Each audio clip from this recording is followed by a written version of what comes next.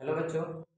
आज की क्लास में हम पढ़ेंगे आईपीएसी नेम एक फंक्शनल ग्रुप कार्बोक्सिलिक एसिड का। ठीक है, चलिए फटाफट से इस क्लास को शुरू करते हैं। कॉपी पेन लेकर के बैठिए और एक एक नियम कानून कॉपी में अच्छे से नोट करिए ताकि इससे रिलेटेड एक भी पॉइंट आपसे छूटे नहीं और आप एग्जाम में सही सवाल करते हैं।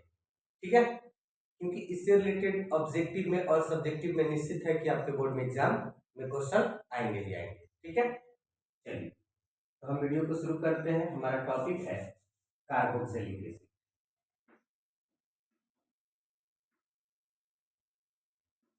Carboxylic acid. आईपीएसी नाम लिखने के लिए हमें पता होना चाहिए कार्बोक्सिलिक एसिड या किसी का भी सॉफिक्स और वर्ड रूट तो 10 तक का हमको याद होना ही चाहिए। ठीक है, तो सबसे पहले हम पहचानेंगे कैसे कार्बोक्सिलिक एसिड को।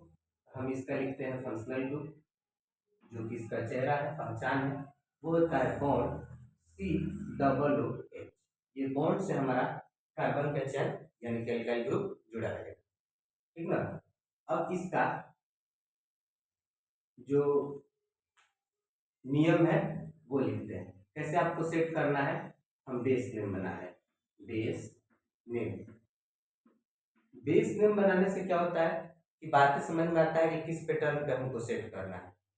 जैसे आपको जो पीसी मिलेगा वो अल्केन अल्किन या अल्काइन के फॉर्म में होगा, उसमें से ई को हटाइए। और इसके लिए जो सॉफिक्स होता है, इसके लिए जो सॉफिक्स होता है वो होता है ओइक एसिड। क्या होता है? Oic acid. तो इसमें जोड़ दीजिए आप ओइक एसिड,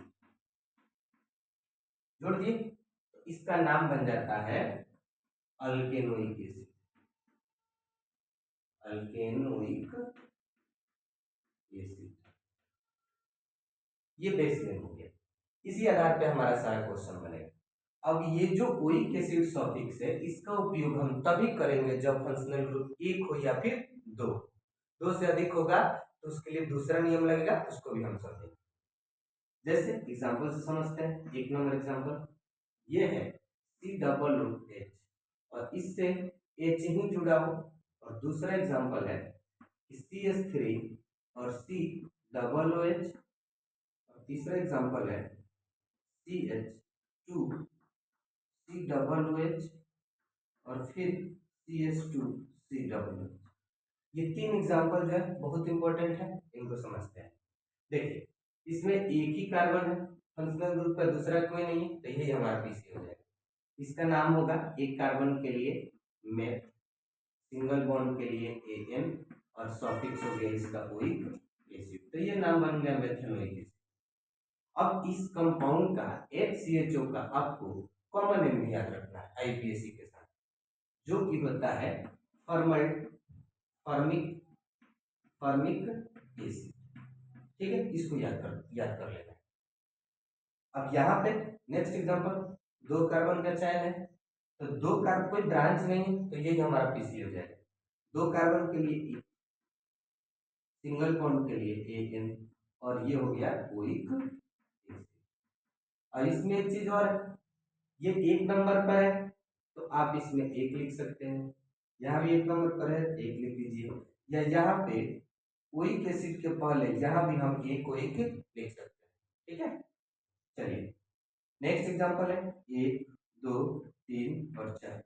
जब दो होगा COOH ग्रुप तो इसके एक कार्बन से दूसरे कार्बन तक जाएगा, कार्बन को लेते हैं। ये कई बार एग्जाम में आया हुआ सवाल। ये देखिए ब्रांच नहीं है, चार है टोटल, चार के लिए ब्यू, सिंगल बॉन्ड है AN, ये एक पर है और ये चार पर है। जैसे बताया बीच में लिख सकते हैं तो लिखेंगे 1,4 और दो गो है इसीलिए डाई डाई। ठीक है, और सॉफिक्स हो गया हमारा ओइक एसिड, तो ये हो गया डाइओइक एसिड बन गया। तो इस तरह से आप बनाइएगा जब एक या फिर दो फंक्शनल ग्रुप होगा तो। लेकिन यही नियम बदल जाएगा, क्या हो अगर तीन या तीन से अधिक हो या डायरेक्ट रिंग चेन से जुड़ा हो, उसके लिए समझते हैं। तो सबसे पहले फटाफट से इसको नोट कर लीजिए ताकि इसको मिटा दिया जाए।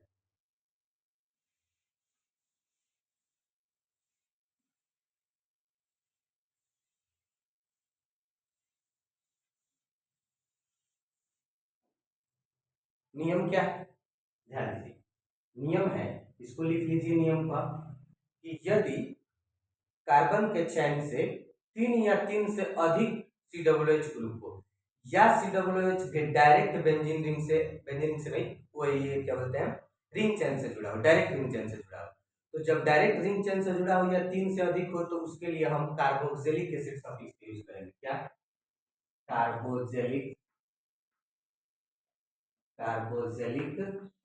एसिड। ये कब यूज करेंगे कार्बोक्सिलिक एसिड, जब 3 या 3 से अधिक हो या डायरेक्ट रिंग से जुड़ा हो। चलिए इसको समझते हैं एग्जांपल से। जैसे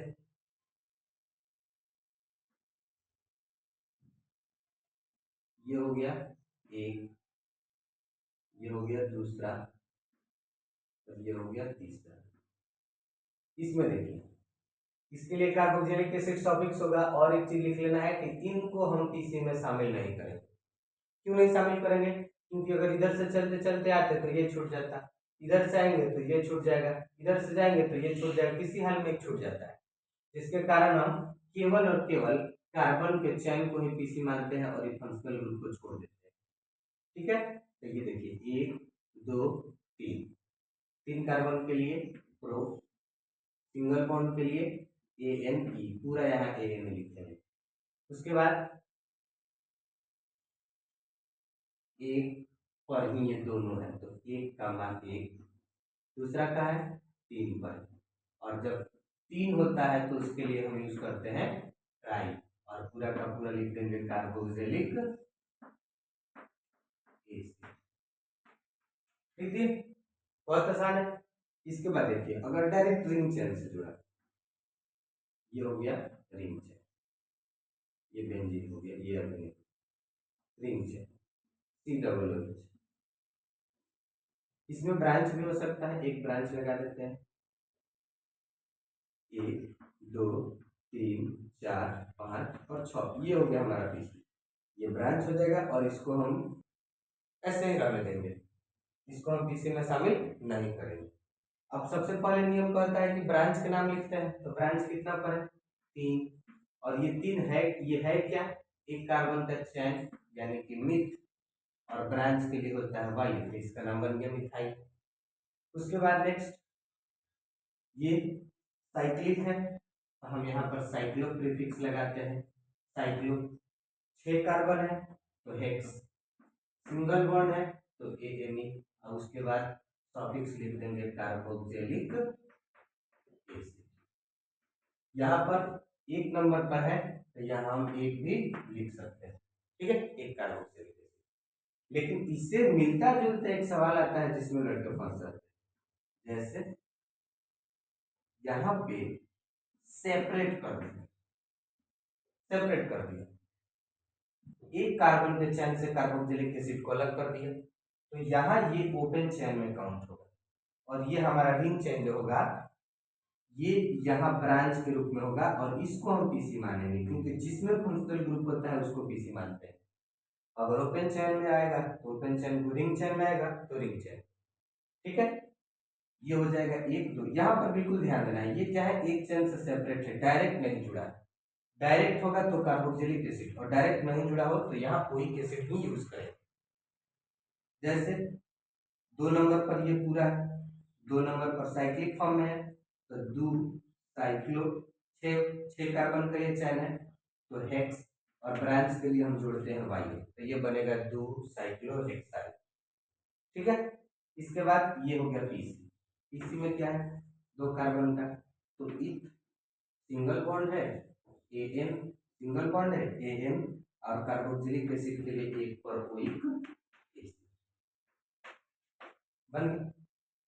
ये रहा सारा का सारा कंडीशन, इसके जितने भी हो सकते हैं, इसी आधार पे आपको कहीं ना कहीं कोई दूसरा क्वेश्चन आएगा, और निश्चित है कि आपके एग्जाम में आएगा। अब एक और लास्ट जो बोले डायरेक्ट बेंजीन से जुड़ा हो, उसको भी लिख देते हैं, फटाफट से नोट कर लीजिए इसको।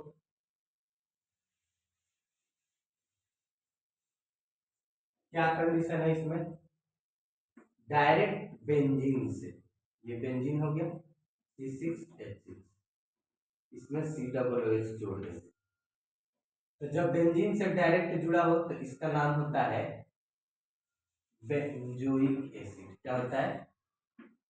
Benzoic acid. बस इसी के साथ ये टॉपिक हो गया खत्म। ठीक है, चलिए इसके लिए आज की क्लास में इतना ही। नेक्स्ट वीडियो में अगला क्लास।